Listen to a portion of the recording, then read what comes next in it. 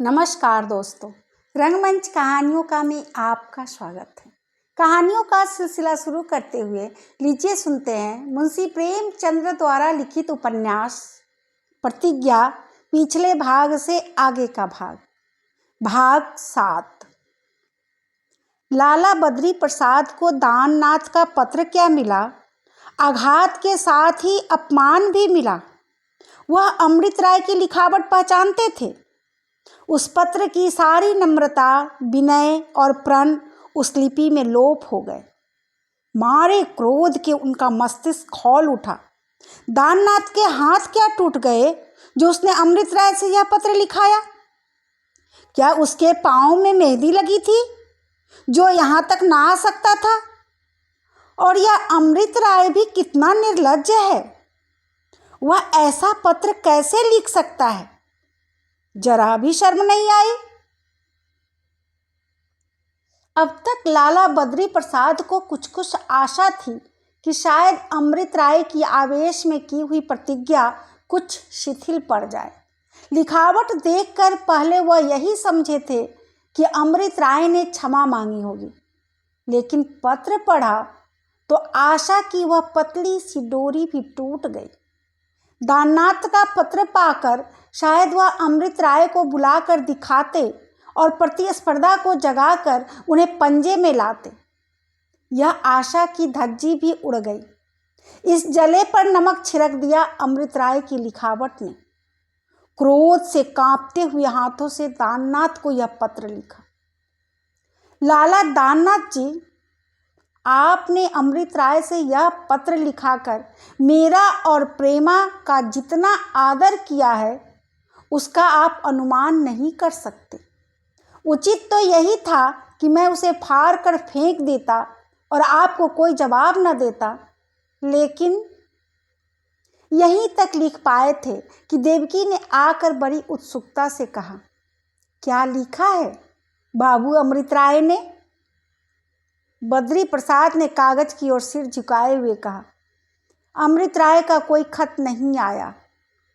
देवकी, चलो, कोई खत कैसे नहीं आया? मैंने कोठे पर से देखा, उनका आदमी एक चिट्ठी लिए लपका आ रहा था। बद्री प्रसाद, हाँ, आदमी तो उन्हीं का था, पर खत दाननाथ का था। उसी का जवाब लिख रहा हूँ। महाशय ने अमृत राय से खत लिखाया है और नीचे अपने दस्तखत कर दिए हैं। अपने हाथ से लिखते शर्म आती थी।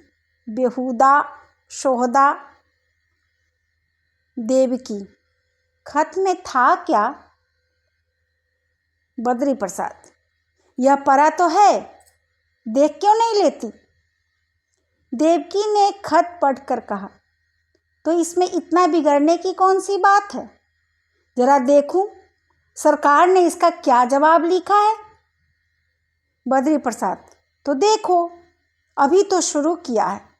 ऐसी खबर लूंगा कि बच्चा सारा सौदापन भूल जाए। देवकी ने बद्री प्रसाद का पत्र पढ़ा और फाड़ कर फेंक दिया। बद्री प्रसाद ने करक कर पूछा, फाड़ क्यों दिया? तुम कौन होती हो मेरा खत फाड़ने वाली? देवकी, तुम कौन होते हो ऐसा खत लिखने वाले? अमृत राय को खोकर क्या अभी संतोष नहीं हुआ जो दानू को भी खो देने की फिक्र करने लगे? तुम्हारे खत का नतीजा यही होगा कि दानू फिर तुम्हें अपनी सूरत कभी न दिखाएगा। जिंदगी तो मेरी लड़की की खराब होगी, तुम्हारा क्या बिगड़ेगा? बद्री प्रसाद, हाँ, और क्या, लड़की तो तुम्हारी है, मेरी तो कोई होती ही नहीं। देवकी, आपकी कोई होती तो उसे कुएं में ढकेलने को यूं न तैयार हो जाते। यहाँ दूसरा कौन लड़का है प्रेमा के योग्य, जरा सुनूं। बद्री प्रसाद, दुनिया योग्य वरों से खाली नहीं, एक से एक पड़े हुए हैं। देवकी, पास के 2-3 शहरों में तो कोई दिखता नहीं। हाँ, बाहर की मैं नहीं कहती, सत्तू बांध कर खोजने निकलोगे तो मालूम होगा। बरसों दौड़ते गुजर जाएंगे, फिर बेजाने पहचाने घर लड़की कौन ब्याहेगा? और प्रेमा क्यों मानने लगी? बद्री प्रसाद, उसने अपने हाथ से क्यों खत नहीं लिखा? मेरा तो यही कहना है, क्या उसे इतना भी मालूम नहीं कि इसमें मेरा कितना अनादर हुआ? सारी परीक्षाएं तो पास किए बैठा है, डॉक्टर भी होने जा रहा है, क्या उसको इतना भी नहीं मालूम? स्पष्ट बात है, दोनों मिलकर मेरा अपमान करना चाहते हैं। देवकी, हाँ, शोहदे तो हैं ही। तुम्हारा अपमान करने के सिवा उनका और उद्यम ही क्या है? साफ तो बात है और तुम्हारी समझ में नहीं आती। न जाने बुद्धि का हिस्सा लगते वक्त तुम कहाँ चले गए थे? 50 वर्ष के हुए और इतनी मोटी सी बात नहीं समझ सकते। बद्री प्रसाद ने हंसकर कहा, मैं तुम्हें तलाश करने गया था। देवकी अधेर होने पर भी विनोदशील थी, बोली, वाह, मैं पहले ही पहुंच कर गई, हिस्से उड़ा ले गई थी। दोनों में कितनी मैत्री है यह तो जानते ही हो। दाननाथ मारे संकोच के खुद न लिख सका होगा। अमृत बाबू ने सोचा होगा कि लाला जी कोई और वर न ठीक करने लगे, इसलिए यह खत लिखकर दानों से जबरदस्ती हस्ताक्षर करा लिया होगा। बद्री प्रसाद ने झेपते हुए कहा, इतना तो मैं भी समझता हूं। क्या ऐसा गवार हूं? देवकी, तब इसलिए इतना जामे से बाहर हो रहे थे? बुलाकर कह दो मंजूर है, बेचारी बूढ़ी माँ के भाग खुल जाएंगे। मुझे तो उस पर दया आती है। बद्री प्रसाद, मुझे अब यह अफसोस हो रहा है कि पहले दानू से क्यों न विवाह कर दिया। इतने दिनों तक व्यर्थ में अमृत राय का मुंह क्यों ताकता रहा? आखिर वही करना पड़ा। देवी, भाभी कौन जानता था, और सच तो यह है कि दानू ने प्रेमा के लिए तपस्या भी बहुत की। चाहता तो अब तक कभी का उसका विवाह हो गया होता। कहाँ कहाँ संदेशे नहीं गए। माँ कितना रोई, संबंधियों ने कितना समझाया, लेकिन उसने कभी हामी न भरी। प्रेमा उसके मन में बसी हुई है। बद्री प्रसाद, लेकिन प्रेमा उसे स्वीकार करेगी? पहले यह तो निश्चय कर लो। ऐसा ना हो मैं यहाँ हामी भर लूँ और प्रेमा इनकार कर ले। इस विषय में उसकी अनुमति ले लेनी चाहिए। देवकी, फिर तुम मुझे चिढ़ाने लगे। दानू में कौन सी बुराई है जो वह इनकार करेगी? लाख लड़कों में एक लड़का है। हाँ, यह जिद हो कि करूँगी तो अमृत राय से करूँगी, नहीं तो कुंवारी रहूँगी, तो जन्म भर उनके नाम पर बैठी रहे। अमृत राय तो अब किसी विधवा से ही विवाह करेंगे। यह संभव है, करे ही ना। उनका वेद ही दूसरा है। मेरी बात मानो, दानू को खत लिख दो। प्रेमा से पूछने पाछने का काम नहीं। मन ऐसी वस्तु नहीं है जो काबू में न आए। मेरा मन तो अपने पड़ोस के वकील साहब से विवाह करने का था। उन्हें कोट पतलून पहने बग्घी पर कचहरी जाते देखकर निहाल हो जाती थी। लेकिन तुम्हारे भाग जागे, माता पिता ने तुम्हारे पल्ले बांध दिया, तो मैंने क्या किया? 2-1 दिन तो अवश्य दुख हुआ, मगर फिर उनकी तरफ ध्यान भी न गया। तुम सकल सूरत, विद्या, बुद्धि, धन, दौलत, किसी बात में उनकी बराबरी नहीं कर सकते। लेकिन कसम लो, जो मैंने विवाह के बाद कभी भूल कर भी उनकी याद की हो। बद्री प्रसाद, अच्छा, तभी तुम बार बार मैके जाया करती थी, अब समझा। देवकी, मुझे छेड़ोगे तो कुछ कह बैठूंगी, सोच लो। बद्री प्रसाद, तुमने अपनी बात कह डाली तो मैं भी कह डालता हूँ। मेरा भी एक मुसलमान लड़की से प्रेम हो गया था। मुसलमान होने को तैयार था, रंग रूप में अप्सरा थी। तुम उसके पैरों की धूल को भी नहीं पहुँच सकती। मुझे अब तक उसकी याद सताया करती है। देवकी, झूठे कहीं के लबाड़िए, जब मैं आई तो महीने भर तक तो तुम मुझसे बोलते लजाते थे, मुसलमान औरत से प्रेम करते थे। वह तो तुम्हें बाजार में बेच लाती और फिर तुम लोगों की बात मैं नहीं चलाती। सच भी हो सकती है। बद्री प्रसाद, जरा प्रेमा को बुला लो, पूछ लेना ही अच्छा है। देवकी, झुंझलाकर, उससे क्या पूछेंगे और वह क्या कहेगी? यही कि मेरी समझ में नहीं आता। मुझसे जब इस विषय में बातें हुई है तब वह यही कहती रही है कि मैं कुंवारी रहूंगी। वही फिर कहेगी। मगर इतना मैं जानती हूँ कि जिसके साथ तुम बात पक्की कर दोगे उसे करने में उसे कोई आपत्ति न होगी। इतना वह जानती है कि गृहस्थ की कन्या कुंवारी नहीं रह सकती। बद्री प्रसाद, रो रो कर प्राण तो न दे देगी? देवकी, नहीं, मैं ऐसा नहीं समझती। कर्तव्य का उसे बड़ा ध्यान रहता है और यूँ तो फिर दुख है ही। जिसे मन में अपना पति समझ चुकी थी उसको हृदय से निकाल कर फेंक देना क्या कोई आसान काम है? यह घाव कहीं बरसों में जाके भरेगा। इस साल तो वह विवाह करने पर किसी तरह राजी होगी। बद्री प्रसाद, अच्छा, मैं ही एक बार उससे पूछूंगा। इन पढ़ी लिखी लड़कियों का स्वभाव कुछ और हो जाता है। अगर उनके प्रेम और कर्तव्य में विरोध हो गया तो उनका समस्त जीवन दुखमय हो जाता है। वे प्रेम और कर्तव्य पर उत्सर्ग करना नहीं जानती या नहीं चाहती। हाँ, प्रेम और कर्तव्य में संजोग हो जाए तो उनका जीवन आदर्श हो जाता है। ऐसा ही स्वभाव प्रेमा का भी जान पड़ता है। मैं दानू को लिखे देता हूँ कि मुझे कोई आपत्ति नहीं है, लेकिन प्रेमा से पूछकर ही निश्चय कर सकूंगा। सहसा कमला प्रसाद आकर बोले, आपने कुछ सुना? बाबू अमृत राय एक वनिता आश्रम खोलने जा रहे हैं। कमाने का यह नया ढंग निकाला है। बद्री प्रसाद ने जरा माथा सिकोड़ कर पूछा, कमाने का ढंग कैसा? मैं नहीं समझा। कमला प्रसाद, वही जो और लीडर करते हैं।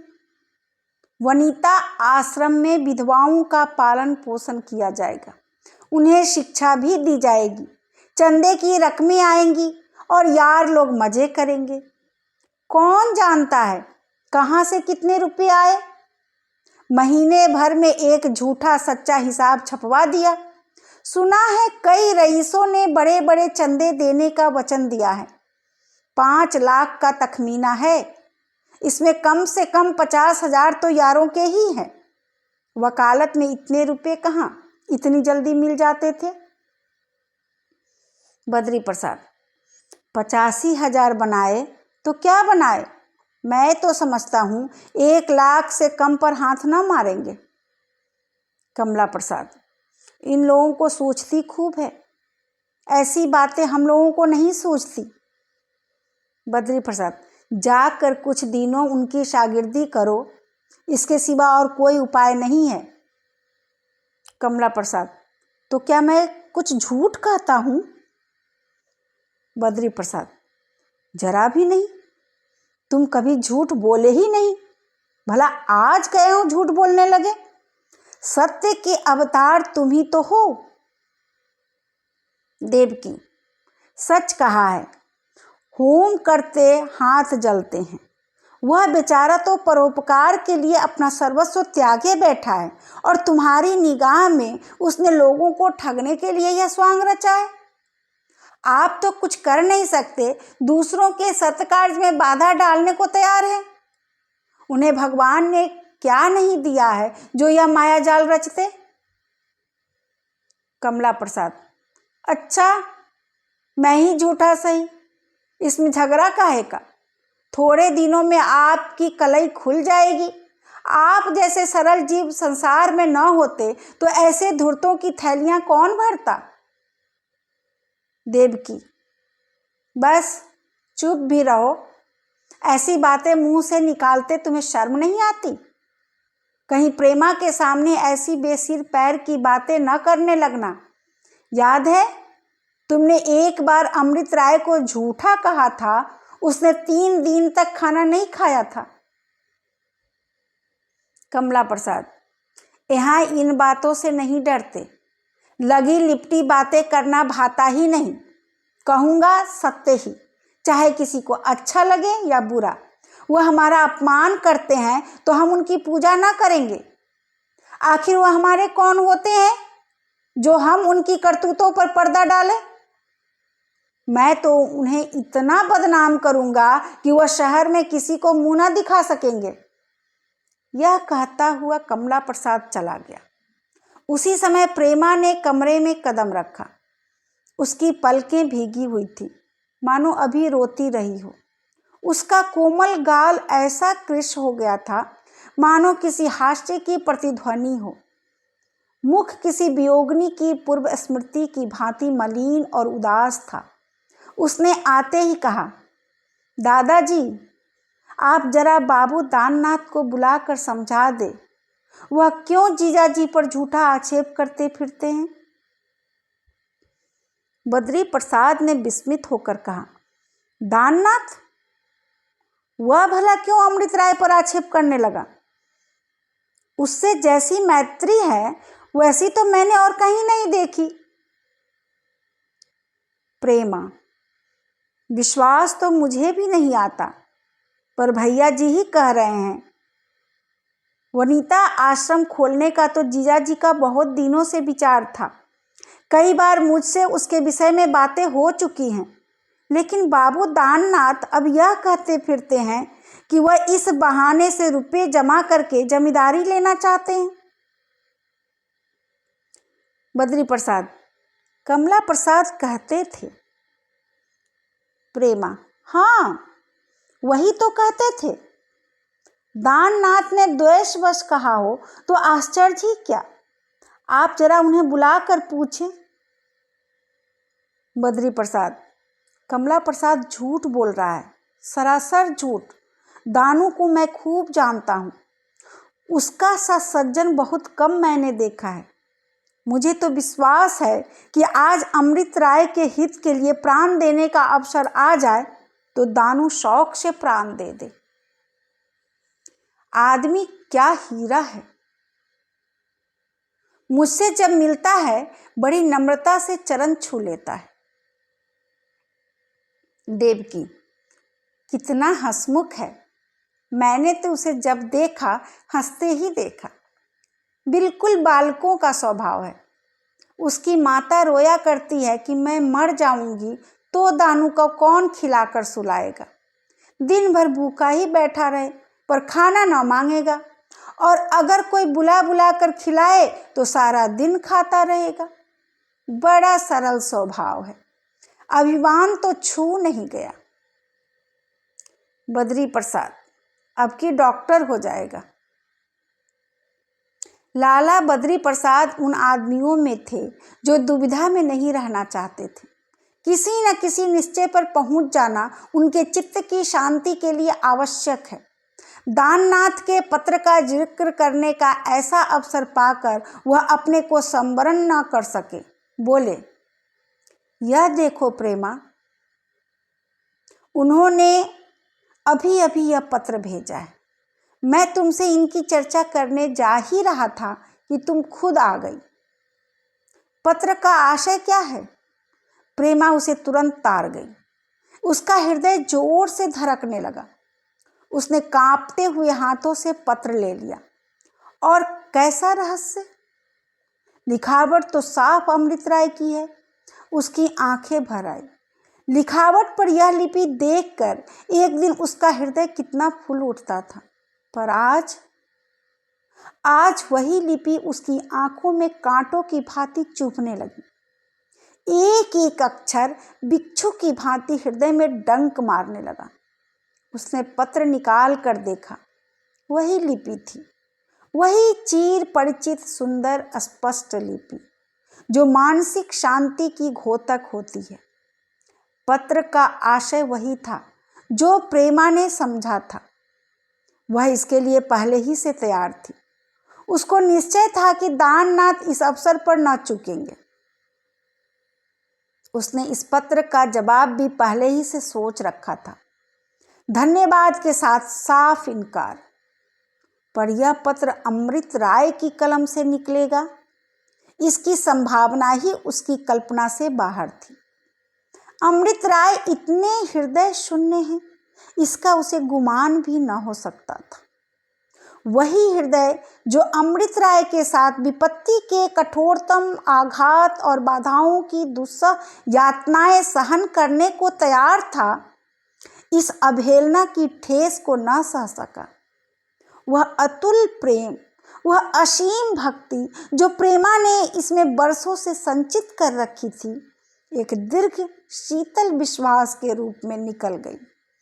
उसे ऐसा जान पड़ा मानो उसके संपूर्ण अंग शिथिल हो गए हैं, मानो हृदय भी निस्पंद हो गया है, मानो इसका अपनी वाणी पर लेश मात्र भी अधिकार नहीं है। उसके मुख से ये शब्द निकल पड़े, आपको जो इच्छा हो वह कीजिए, मुझे सब स्वीकार है। वह कहने जा रही थी, जब कुएं में गिरना है तो जैसे पक्का वैसे कच्चा, उसमें कोई भेद नहीं। पर जैसे किसी ने उसे सचेत कर दिया, वह तुरंत पत्र को वहीं फेंककर अपने कमरे में लौट आई और खिड़की के सामने खड़ी होकर फूट फूट कर रोने लगी। संध्या हो गई थी। आकाश में एक एक करके तारे निकलते आते थे। प्रेमा के हृदय में भी उसी प्रकार एक एक करके स्मृतियां जागृत होने लगी। देखते देखते सारा गगनमंडल तारों से जगमगा उठा। प्रेमा का हृदयकाश भी स्मृतियों से आच्छन्न हो गया। पर इन असंख्य तारों से आकाश का अंधकार क्या और भी गहन नहीं हो गया होता? अभी आप सुन रहे थे मुंशी प्रेमचंद्र द्वारा लिखित उपन्यास प्रतिज्ञा, पिछले भाग से आगे का भाग 7। धन्यवाद।